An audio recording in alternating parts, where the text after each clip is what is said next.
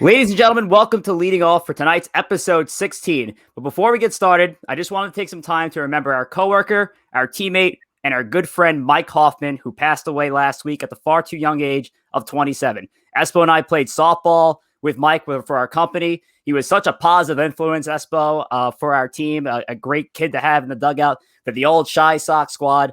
And we were absolutely stunned by the news last week of his passing. So tonight, we're dedicating this episode number 16, all leading off to Mike and the Hoffman family that are grieving right now, and to take this time for a moment of silence for their loss. We're always going to love you, Mike. Let's take a moment of silence.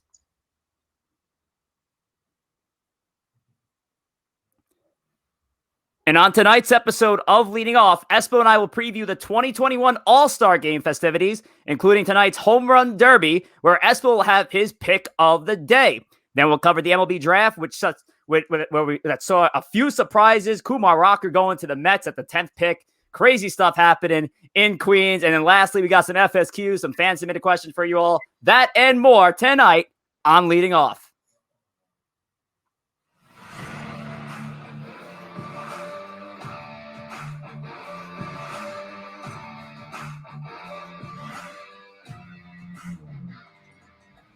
And once again, we are live. This is the 16th episode of Leading Off, live from Studio 69 in New Jersey and REM Studio in Staten Island, New York, airing exclusively on Twitch and powered by StreamYard.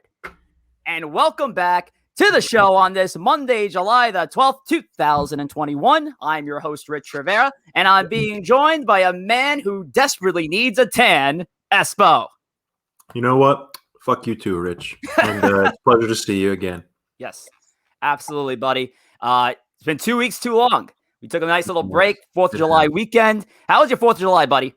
It was great. It was hot, man. It has just been balls hot these last few weeks in the tri-state area. I don't know why I said balls hot, but it's damn straight though. Sweaty. Yeah, it was just a good time. Just hanging out by the pool. Played a lot of catch. Played some basketball. Had a hamburger and a hot dog as well, and only two beers for me because I've been having my stomach issues lately. But I still had an all-American holiday, so great time. How about you, man? Good, man. I'm glad to hear you rallied through the abdominal issues and all. Yes, it was a great 4th of July weekend. Bunch of barbecues, dogs, nice. Burgers. Ate my weight in all the cheese in the world. Like there's just like cheese on like macaroni and cheese, macaroni salad. It was just so much cheese that weekend. I don't know what the hell is happening, but it was a great time. 4th of July weekend though is come and gone. We are now fast forward to the halfway mark of the season. The All-Star Game is tomorrow on Fox. Tonight, the Home Run Derby at 8 p.m. Eastern Time, which of course is why we had an early start tonight. Obviously, it's a little different for us. We started at action. Probably going to end around like 7:15 tonight. So we're trying to get these two shows, including my other show, Savage in the Bronx, later tonight, which is going to be at 7:30 as opposed to 8 o'clock. We're trying to get it done before the Home Run Derby because that's a scheduling conflict and a half, Espo. I'm trying to watch some baseball over here. Rich, I have the ultimate faith in you as an inside account manager at unnamed corporation. You have skills in time management that are second to none. That's why it's on my resume, folks, and LinkedIn. So. Yes, sir. Thanks, Espo. I appreciate the plug. No LinkedIn here, but there's a plug. Right there. There is your plug. YouTube. Go subscribe to YouTube, like, share, check out our videos there. I'm going to try my best to get the remaining episodes that I haven't gotten up yet there. So make sure to subscribe and you'll see you'll get that little ring in the notification to let you know that our new episodes are being uploaded as they are available. But as we start off with every show, Espo, it is time for Ducks on the Pond, where the bases are loaded with all the news and notes in the Major League Baseball world. And we always start with injuries.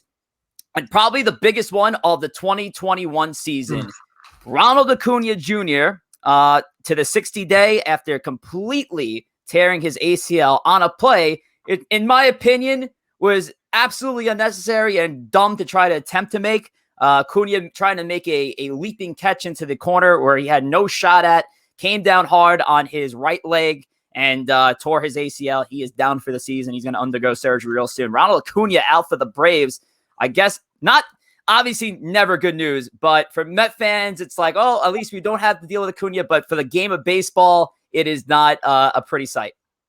Yeah, I mean, to that last point, I'm not even thinking about that as a Mets fan. I mean, as a sports fan, you want to beat your opponents, your rivals at full strength, and that's exactly the case with the Braves. Ronald Acuna is their biggest strength, and it's just it sucks that he's gone for the year. He's probably one of the most exciting players in the game after Tatis and Ohtani, and yeah, it was kind of a freak play and maybe preventable, but it's just a really big disappointment for the game of baseball. And just as a fan, not even as a Mets fan, just as a baseball fan, it sucks that he's going to be gone for the year and probably for the better part of next year too. If we're being honest, he's still pretty young and they have him on a pretty long contract, so I feel like they're going to be very conservative with this recovery.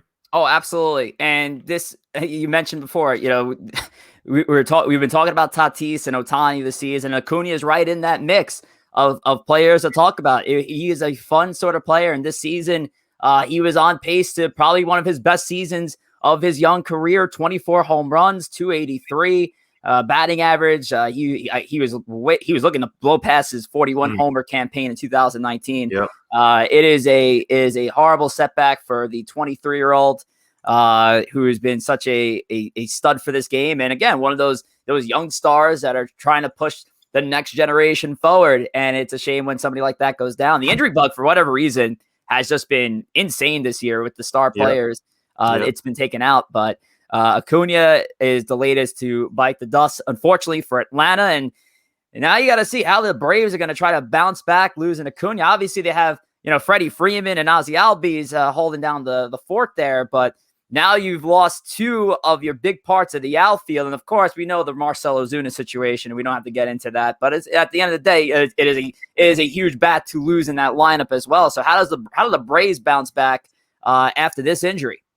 Oh man, I guess this gives me some delay as a Mets fan saying this, but the Braves are going to have a hard time replacing Acuna's production in the lineup. I mean, we've gone over his stats. He's obviously one of the best players in the game, but just the balance he brings to that lineup. And now I think Freddie Freeman and Ozzie Albies might see some ripple effects of Acuna's loss, because they're probably not going to get as many good pitches to hit just because the lineup isn't that deep anymore. 100%. We move on. Obviously, there's a few other notes in the injury world. In my ticker below, Yu Darvish going on the IL, Alec Boehm and Aaron Nola, the Phillies teammates, on the COVID-19 IL. But we move on to our next pick, and it's the MLB draft. Well, the MLB draft was last night, and that's what I want to say is probably the more anticipated drafts in some time, probably since the 2010 draft, which saw Bryce Harper get selected first to the Nationals and Manny Machado to the Orioles. It hadn't had a good draft class in such a long time, or at least it was very low profiled by a lot of sports networks. But I honestly think MLB and other sports networks, they did a great job in trying to cover and preview what this draft was all about. We were hearing Jack Leiter and Kumar Rocker's name for months, and the number one pick overall was a guy who was never even mentioned in Henry Davis, catcher going to the Pittsburgh Pirates. It's a surprise pick, to say the least. Jack Leiter going to the Texas Rangers in the next pick to the Texas Rangers, who are desperate for fortifying their young pitching staff, and hopefully Leiter will be in that mix in a couple years down the road. And of course, Rocker going to the Mets in the number 10 spot, which Met fans are extremely happy about. So, Espo, some of your takeaways from the 2021 draft. As a Mets fan, Kumar Rocker is just an absolute dream pick. I mean, before the last few weeks, Kumar Rocker was being floated as a number one overall pick. And we've obviously been hearing his name and Jack Leiter's name for years now at the front of that Vanderbilt rotation. The absolute aces, both of them. And now we get to see them in the majors. Maybe we'll get to see them duel off in a World Series 10 years from now. Wouldn't that be special? I'm thinking way too far ahead here. But, way too far ahead. Yeah. Obviously I love the Rocker pick for the Mets. I really like the pick that the Red Sox made, drafting this kid Mayer. He was very highly touted. And I think for a team like the Red Sox that is already very much a contender, to have that boost to their farm system is not something you want to hear as a Yankees fan, but a great pick for them nonetheless. A lot of other great picks were made, but I love this pick of Max Muncy by the Oakland A's in the first round. And It's deja vu because many years ago they drafted another man by the name of Max Muncy, no relation. So that's just crazy to me that years apart they drafted a Max Muncy's with no relation to each other. But here's the crazy part: both were born on August 25th. Both by the Oakland A's. Look at that. Named Max Muncy. Both named Max Muncy. Both drafted by the A's. I'm starting to get those like JFK, Abraham Lincoln like comparisons between the two of them. I know that article. That's crazy. Yeah, soon enough, like lighter. The younger Muncy is going to put up similar numbers to the Dodgers Max, or he'll get traded to the Dodgers himself. Hey, if the A's get those numbers out of the new Max Muncy, I think they'll be very happy with that pick. Well, a big difference is that Max is a shortstop. The young Max, that is a shortstop. He's coming out of Thousand Oaks High School in California, so he is familiar with that California area there. So yeah, that was a cool note to see that. Very, very odd, very fun. We love baseball. We love the fun and oddities of baseball, and that is definitely an oddity right there. Oh yeah. So yes, Yankees are drafting Trey Sweeney in the number 20th overall pick, which I'll talk more about in Savages in the Bronx later tonight at special start time at 7:30 p.m. Eastern time. But yes, the MLB draft, part of the All-Star week, which is now it's a loaded week. We have so much to talk about. This could have been a 2-hour show tonight, and we're trying to cram it into a half hour here, Espo. So much action. Great time for baseball. Yeah, absolutely. And speaking of which, great time for baseball because tomorrow is the big game, the MLB All-Star Game 2021 at Coors Field, 7:30 p.m. Eastern time on Fox. You get to hear your man Joe Buck on the call. You don't like that? You Joe Buck yourself. We have Shohei Ohtani announced as the American League starting pitcher. He's also going to be leading off for the team, which is wild to say the least. I mean, the potential that Shohei Ohtani could possibly lead off the game with a home run, because the American League team is the away team, and come back in the next inning and possibly strike a All-Star out, let alone multiple All-Stars. I think you give the MVP to him regardless of how the game goes. Rich, if that exact scenario described unfolds, I don't even think they need to play the remaining 8 innings. They could just call it a wrap right then and there, because that would truly just be a goating for the ages. And honestly, it's not impossible that could happen. He's just that good. Right. And I honestly, like, you got Max Scherzer on the mound. Confidence a little rattled after giving up a grand slam to a relief pitcher and Daniel Camarena. Right. I think Ohtani is going to have something to say for that. Pitchers could definitely hit. Ohtani is certainly one of those pitchers who can hit. So yeah, it's going to be fun to see that, and it's definitely going to be a moment talked about for ages if that certainly happens. What do we have here in the comments? Oh, it's my co-host of Savages of the Bronx, Tom Waspel. Waspel54 goes, didn't work out for him well last time, in referring to Max Scherzer. So I would think that's what he's referring to. I think he's referring to Scherzer giving up a bomb to a pitcher. But Ohtani he just defies the rule of pitchers that can rake. So that is it. Ducks on the pond. We're going to keep it rolling. And, we just mentioned Tom, so I'll mention to listen to our show later tonight. I know our ticker says 8 p.m. Eastern time, but that's for our normal days. But it is not a normal day. It is the All-Star special of this doubleheader we call the REM Studio Podcast. We have leading off, and that started at 6:45. And Savage in the Bronx starts at a special time tonight, 7:30 p.m. Eastern time. And a good buddy of ours that has dropped on our show before, Corey Favalora is going to be on the show later tonight as part of our Babes Bracket. We're going to do the Yankees all-time home run derby, which is going to be a lot of fun. So make sure to tune in 7:30 p.m. Eastern time right here on Twitch. To give me a sneak peek, Rich. Who's one guy that's going to be in this all-time derby you like? Oh man, one guy I like who's going to be in this home run derby, and I try to grab. See, I could have cheated and grabbed like the 8 home run leaders all time for the Yankees. I didn't want to do that because I wanted to grab guys who would legitimately be in a home run derby. Honestly, I like the idea of Alex Rodriguez being in this derby, and I think he comes in as like the number 5 seed. He's somebody who might turn some heads here. And he's a guy who hasn't participated in a lot of home run derbies in his career. If I think none, actually. But I'd be surprised what kind of damage he would do depending on his matchup. So, again, check that out later tonight, 7:30 p.m. Eastern time, right here on Twitch. Ruben Sierra is my pick. What do you got? Ruben Sierra is my pick. Ruben Sierra is your pick? All right, well, maybe you should check out the show, and maybe we'll find out if Ruben Sierra is indeed you're going to win. I don't think Tom Waspel says, nope, Ohtani leading off and pitching. No, it did not work out for him last time when he was at the stadium and he got hit and torn apart, and the Angels still came back and won off Chapman. All right, anyway, we move on. It is time for the ESPO TD, the ESPO pick of the day, the ESPO TD.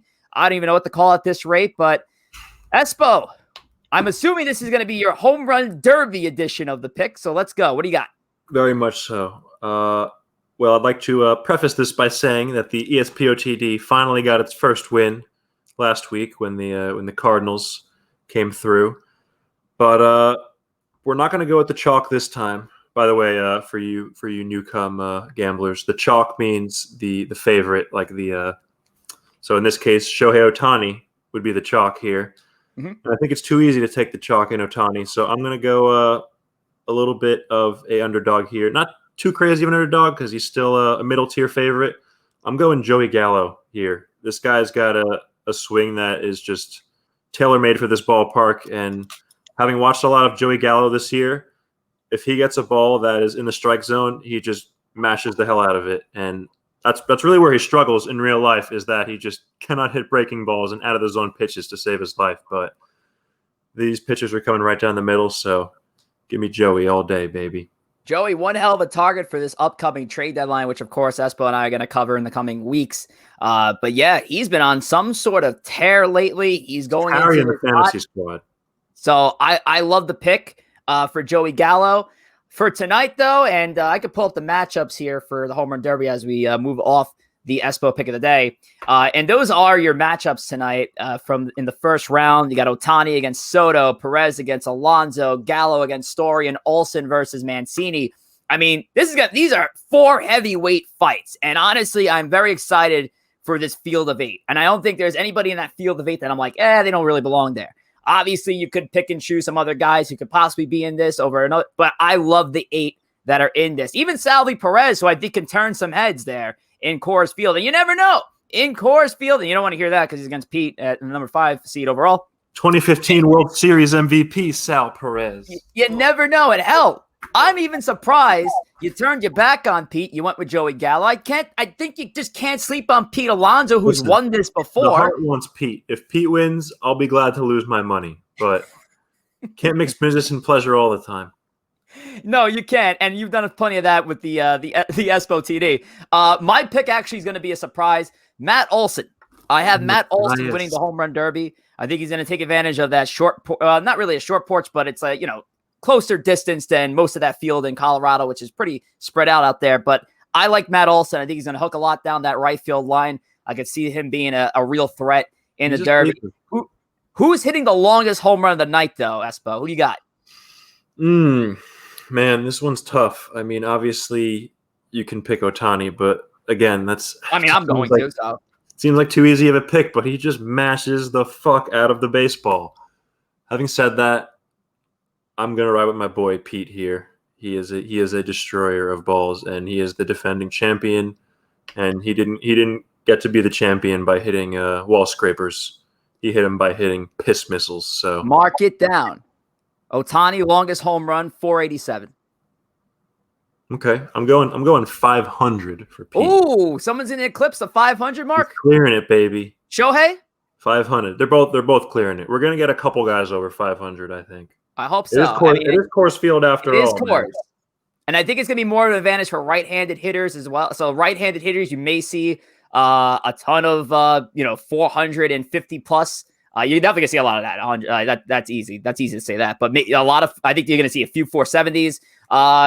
Is one going to hit 500? I hope so. I hope multiple hits 500. Again, this is like for us video gamers who love playing home run derbies in the show. We always love playing at Coors Field because that's where we're hitting the most longest home runs in the contest. So it's going to be fun to see this come to life in real life with this field of 8 at 8 o'clock tonight, and which is why we have these shows so early so we can watch it and enjoy it. And I hope you guys enjoy it as well. So we move on from the Home Run Derby. We're going to keep things rolling. I know we have a lot to cover tonight, but make sure to follow us on Twitter at LOffPodcast. You can follow Espo at The Life of Espo. And you can follow me at Rich J. Rivera. We move on to our final bit of the night already. It is time for some FSQs, some fan-submitted questions where we take all your questions from everywhere. Our Twitch chat, which is live right now. Our Twitter, which, of course, we hashtag FSQ. If you hashtag FSQ and send us a question, we're going to ask that question and answer it on air. Hell, we've had some people text message us some questions to ask, and we'll start with one of them. So this is from Corey Favs, who is in our group chat. And quick announcement, by the way, for Corey Favs. He's going to be our special pinch hitter for ESPO next week on the show. ESPO, who may or may not be here on the show next week, but Corey Favalora is going to step in as my co-host for at least the beginning of next week's show. No, he'll be on the co-host for the whole show, but we don't know if ESPO might be there or not, but Corey Favalora will be our co-host for next week's show, which is going to be a lot of fun. But Corey X, real quick, which team currently under 500 has the best chance at a playoff run? Great question. Well, I know the Angels just went over 500, so I can't use them. Those bastards. I hate to say it, but I'm going to have to go with those pesky Washington Nationals. Now, I know Kyle Schwarber's on the shelf for a while, but I just feel like we've yet to see the best of this team. Steven Strasburg, he'll be coming off the IL soon. Juan Soto, I feel like we haven't really talked about him a whole lot. He's still putting up numbers, and I feel like he's truly yet to start raking. And Trey Turner's no slouch, obviously. And when you got a guy like Max Scherzer leading the rotation, you just can't count that team out. So I think with the Braves maybe falling back a bit and the Phillies being the Phillies, I think the Nationals are positioned to hang tough in this division for sure and make a run. I like that. I like that pick. Just to be different, I'm going to go with the Cardinals, which I think are a surprisingly under 500 team at 44 and 46 at this rate of the season. I like see that National League Central Division to me, I just feel like isn't completely runaway. I like the Brewers, but I think the Brewers, if they lose the wrong guy, their season could be done. Their season could be in jeopardy. St. Louis is still in it for me. The Cubs already declared themselves sellers, which I certainly think they're going to remain sellers. The Pirates are going to be the Pirates. Chris Bryant, future Met. The Cincinnati's a weird bunch. I think St. Louis has the best chance. And from the beginning of the season, Espo, they were our team to win that National League Central. So I think the Cardinals, of all those under 500 teams, has the best chance of trying to make a run at it. And hey, the Cardinals were known for making those kind of runs. I think if you remember, 2011, they made the craziest run. Don't you fucking say it. I wasn't going to say 2006, but now I'm saying 2006. You motherfucker. Forza Italy, by the way. 2011, I was talking about where they made that crazy run, wild card and all, and then won the World Series. So of all teams that know how to do it and that are under 500 right now is the St. Louis Cardinals. So that's my pick there. Corey Faz goes, I will try to do my best Mets bench mob impersonation. I like to hear that, man. All right, we got another question, dear Espo. All right. What's an event you think could be added to make All-Star Week more exciting? And this is asked by Andrew Corey, who has been a member of our group chat and not a group chat, well, my group chat, but our Twitch chat here. He asked, again, what's an event you think could make the All-Star Week more exciting? So what do you got, Espo? Well, to preface this, I will say that in this theoretical scenario, I know a lot of team management and ownership do not want these events taking place due to risk of injury. So let's throw all that out the window, okay? And in a world where that doesn't happen, I would like to see a fast pitch contest. I think that would be very impressive. You get a lot of great relievers and Jacob deGrom, of course. I would also love to see a running the bases contest to see who could run it the fastest. And this one is one I just thought of on the fly. Maybe they can call it on the fly too. You have to catch a ball hit to you in the outfield, and you have to throw it at targets on the bases. So it's kind of like a Gold Glove competition of sorts. I like that. Out of all the ones you've proposed, it's probably the least risk of injury, but yet there's still a risk of injury. I'm trying to think of one, though, if I am going to be realistic and not fun like you. I'm going to stick with the bats, and I'm going to go with contact hitting. Not more contact hitting, but more situational hitting. Okay. Hey, who's going to be the first in the quickest amount of time to hit these zones in the field? Go to left field, go to center field, go to right field multiple times. quickest ones to do that moves on to the next round. So similar to the home run derby, but obviously more for contact bats. So that's more where your David Fletchers come in, your DJ LeMahieu's come in, Jeff McNeil, like those sort of guys who participate in a contest like that. If we're going to be realistic and boring, though. Right. I also just thought of one idea, possibly terrible, possibly amazing. Whatever city that the All-Star game is being hosted in, whatever ballpark you're at, the special food of the ballpark, it has to be eaten by all the players. Whoever does it, the fastest wins. So I don't know. For example, the Dodger dog in Dodger Stadium. The Dodger dog, yeah. Fastest one to eat a Dodger dog wins. Or in New York, what do you got? Pastrami sandwich or rice balls. I don't know.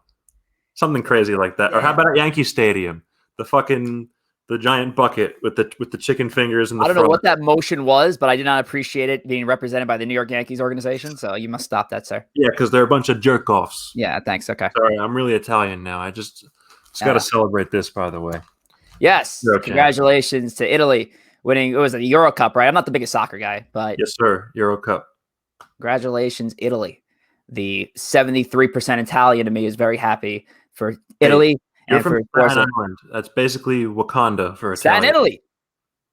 Wakanda. Yeah, we're Wakanda. We're Wakanda for Italian douchebags. That's where we are. And that's coming from an Italian douchebag, by the way, so don't go crazy, Twitter. What do we got here in the comments? Let's see.